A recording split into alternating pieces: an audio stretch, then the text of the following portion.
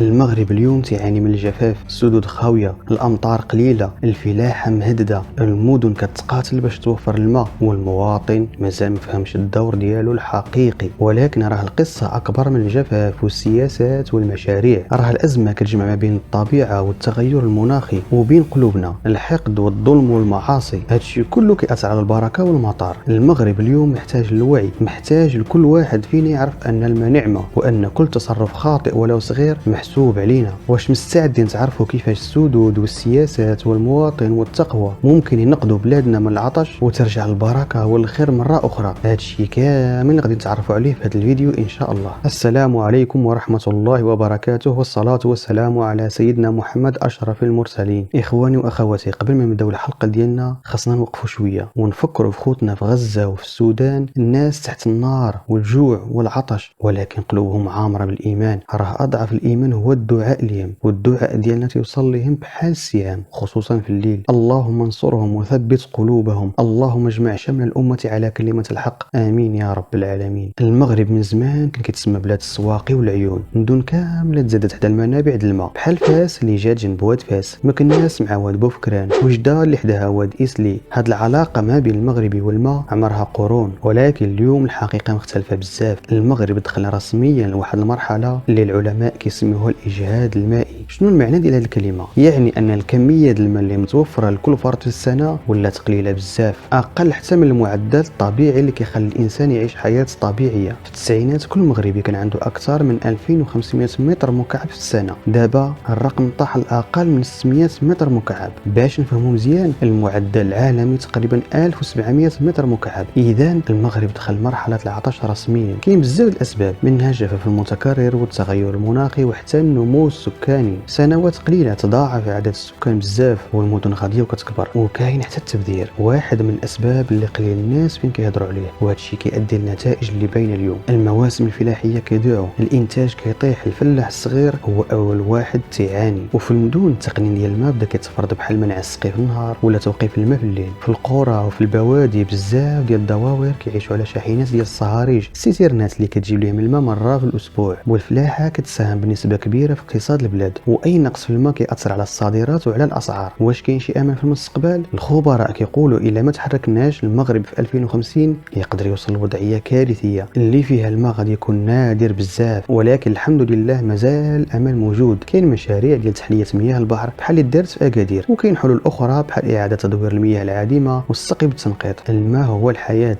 والمغرب اليوم واقف قدام تحدي كبير، كيفاش نحافظوا على هذه الحياه قبل ما تضيع ما بين يدينا. من سنين طويله السدود في المغرب هما اللي عطاو الامان للمغاربه قدام الجفاف، ولكن اليوم بزاف الناس كيسولوا واش هاد السدود ولاو حتى هما جزء من الازمه. المغرب من عهد الاستقلال عرف واحد الرؤيه طموحه، الماء اساس التنميه. الملك الحسن الثاني الله يرحمه كان عنده بعد النظر، طلق واحد المبادره سميتها سياسه السدود. الهدف ديالها كان واضح، نخزنوا الماء، نسقيو الاراضي، ونحميو البلاد من الجفاف. من الستينات القرن الماضي حتى اليوم تبنى اكثر من 150 سد كبير، والسعه ديال التخزين ولات بالمليارات ديال الامتار المكعبه. السدود هزات المغرب لقدام. سنوات الستينات والسبعينات تبناو سدود بحال بين الودان والمنع، وفي الثمانينات والتسعينات تزادوا سدود عملاقه بحال سد المسيره والوحده اللي كيتعتبر من اكبر السدود في افريقيا. السدود عطات الامن الغذائي خصوصا في زراعه الحبوب، وساعدات في الكهرباء المائيه، وفرات المال المدن اللي كتكبر عام ورا عام. في ذاك الوقت المغرب كان كيتباهى بالمشاريع ديالو، كان فعلا نموذج افريقي في هذا المجال. ولكن علاش بدات المشاكل كتبان؟ مع مرور السنوات السدود ولات كتواجه تحديات كبيره، منها قله التساقطات. السد ما بقى يقدر يجمع والو الا ما كانش المطار. في السنوات الاخيره بزاف من السدود ولات خاويه ولا ما وصلش حتى للنص. وحتى العامل ديال التبخر، الحراره اللي كترتفع بسبب التغير المناخي كتخلي كميات هائله من الماء كتضيع في الهواء. بعض الدراسات كيقولوا باللي ملايين الامتار المكعبه كتمشي هباء كل عام. وحتى الترسبات، الجبال اللي كتكون دايره بالسدود كتجيب معها معها الاتربه واللي كترسب وكتجمع في القاع وكتسد السعه ديال التخزين. مثلا بعض السدود ولاو قادرين يخزنوا غير نص الكميه الاصليه. اليوم بزاف من السدود الكبرى بحال سد المسيره وسد بين الودان ولاو كيعانيوا من انخفاض حاد في المستوى ديالهم. كاين سدود اللي وصلت حتى لاقل من 20% من السعه ديالها. هادشي كيأثر بشكل مباشر على المدن الكبرى بحال الدار البيضاء ولا الرباط اللي كتولي مهدده بنقص الامدادات. الفلاحه اللي كتعتمد على هاد السدود ولات كتخسر مواسم فلاحيه كامله. اذا السدود فشلات على هذا الحساب؟ الجواب معقد. السدود ماشي فاشله، بالعكس لو كان ما كانوش المغرب كان غادي يعيش واحد الجفاف كبير وخطير من زمان. ولكن المشكل ان الاعتماد الكلي عليهم ولا خطا استراتيجي. اليوم خصنا نفكروا في تنويع الحلول. السدود فعلا ابطال،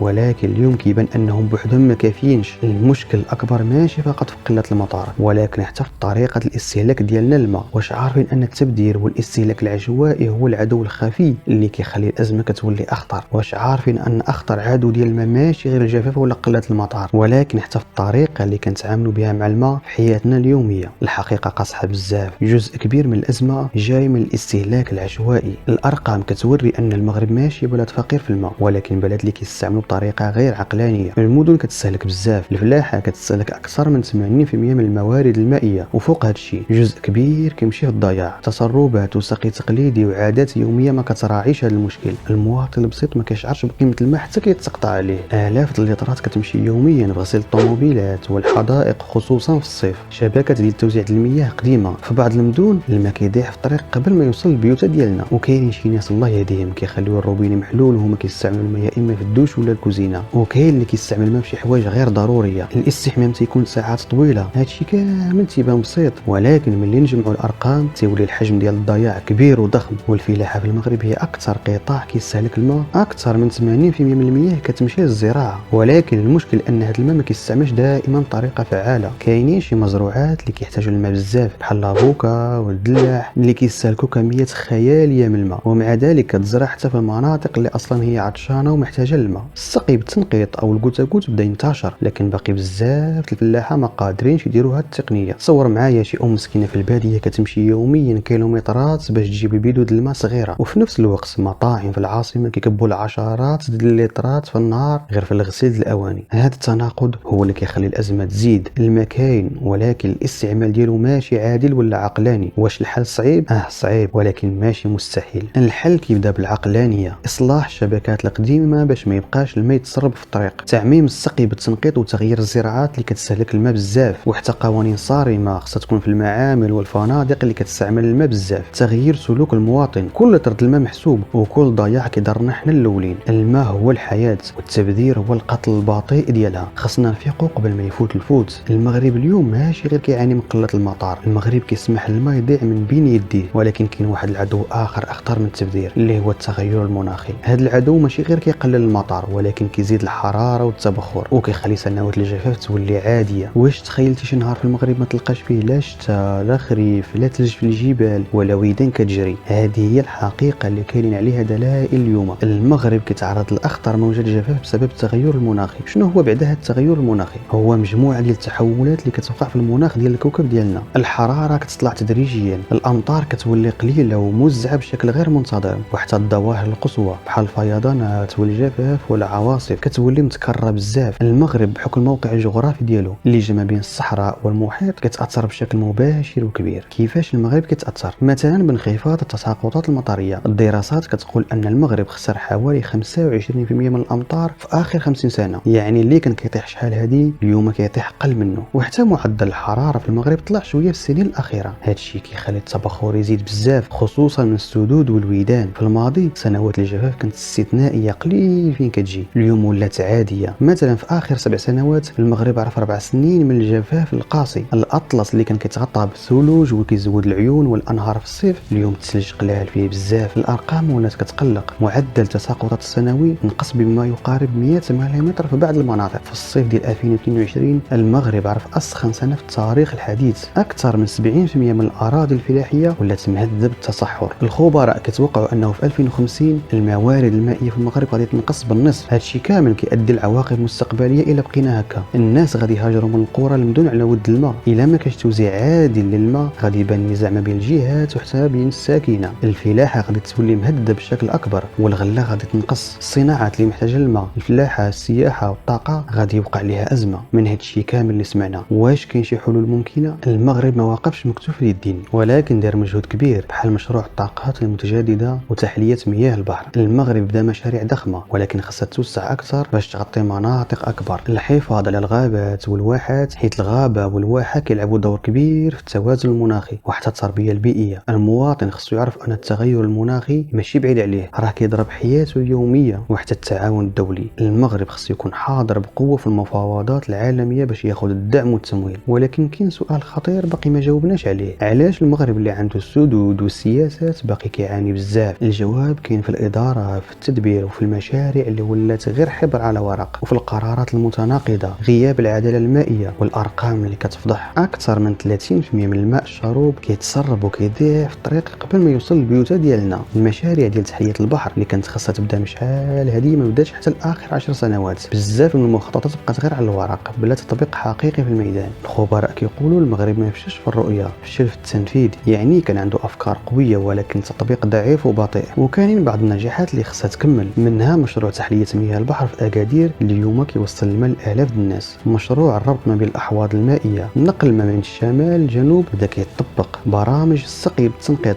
وصلت لالاف الفلاحين. لكن المشكل ان هذه النجاحات باقي قليله قدام حجم الازمه. السياسات المائيه في المغرب بحال شي دار كبيره مبنيه مزيان من برا، ولكن فاش كتدخل للداخل ديالها كتلقى الشقوق والفراغات. السياسات عطاتنا بدايه الطريق، ولكن المستقبل محتاج منا اكثر من الخطط. محتاج فعل، مسؤوليه، ووعي جماعي. المغرب تعاني، السدود كتعاني، الامطار كتنقص، السياسات كتحاول، ولكن واش كاين شي بطل حقيقي غادي ينقذ الماء؟ الجواب بسيط: كل واحد فينا، انت، انا، كل مغربي، كل شخص، كل عائله، كل فلاح، وكل صاحب محل او مصنع عنده القدره باش يقلل الهدر والتضييع ديال الماء. يحافظ على الموارد، ما تخليوش الروبيني محلول بلا سبب. غسلوا الملابس بكميات كبيره وبغسالات اقتصاديه. الاستحمام خصو يكون قصير وفعال. بالنسبه لغسيل السيارات والحدائق خاصنا الاقتصاد وعدم التبذير. خاصنا استثمار في انظمه الري حديثه. نجمعوا الماء اللي تنغسلوا به الخضر والفواكه ونستعملوه في السقي. الفلاح عنده دور حاسم، حيث الفلاحه كتستهلك اكثر من 80% من الماء. السقي خصو يكون بالتنقيط. اختيار المحاصيل اللي ما كتستهلكش الماء بزاف وتكون متناسبه مع المنطقه المناخيه. نجنبوا زراعه محاصيل عاليه الاستهلاك في المناطق اللي هي اصلا ناقصه من الماء. هذه الخطوات الصغيره كتقدر توفر ملايين الامتار المكعبه سنويا. المواطن قادر على تغيير المستقبل. السلوك الفردي كيخلق واحد الفرق كبير، والوعي الجماعي كيحول الازمه لفرصه للتغيير. حتى ابسط الاجراءات كتقدر تحمي الارض والزرع والعيون من الجفاف. اذا المواطن هو البطل الحقيقي اللي خصو يقود المعركه ضد الجفاف والتبذير. المغرب يقدر يتجاوز هذه الازمه، ولكن واش عرفنا السبب الحقيقي وراء هذه القله؟ راه ماشي غير الطبيعه والتغير المناخي. بعض المرات القلوب والعلاقات بيننا هي اللي كتاثر على النعم، وراه من اكبر الاسباب ديال قله الخير وقله النعم والبركه هو كثره المعاصي والحقد والبغضاء. الله تعالى قال لنا في كتابه الكريم: ذلك بان الله لم يكن مغيرا نعمه انعمها على قوم حتى يغيروا ما بانفسهم. والنبي عليه الصلاه والسلام قال: ان الرجل لا يحرم الرزق بالذنب يصيبه. يعني النعمه كتبقى عندنا غير الا حفظناها بالشكر والطاعه، ولكن الا كثروا الذنوب والمعاصي النعم كتولي كتسلب منا وحده بوحده. فخلونا نرجعوا الله تعالى ونشدوا في الطاعه باش يحفظ لنا ربي رزقنا وامنا وخير بلادنا. الماء ماشي مجرد سلعه ولا مورد، هو نعمه من الله كتحتاج لواحد الوعي والمحاسبه. والتقوى والصلاح كيجلبوا البركه وكيزيدوا الخير في المطر والمحاصيل والموارد. الماء نعمه من الله تعالى وكل قطره محسوبه، والمغرب محتاج لرحمه الله والله تعالى كريم. السدود والسياسات والمواطن ابطال، ولكن البركه جايه من القلوب الصافيه والافعال الصالحه. حافظوا على الماء وصلحوا قلوبكم وحاربوا الحقد. راه الخير والمطر مرتبط بالنيه والعمل. الماء هو سر الحياه، والجفاف اللي كيهدد بلادنا اليوم رساله قويه لكل واحد فينا باش يتحمل المسؤوليه. يمكن المستقبل ديال ولادنا غادي يتحدد من الطريقه اللي غادي نتعاملوا بها مع كل قطره من الماء اليوم. حتى لهنا غادي نكون وصلنا لنهايه الفيديو. نتمنى تكونوا استفدتوا وخديتوا فكره واضحه. ما تبخلوش علينا باللايك والاشتراك، وخلوا لنا ارائكم في التعاليق، ودمتم في امان الله.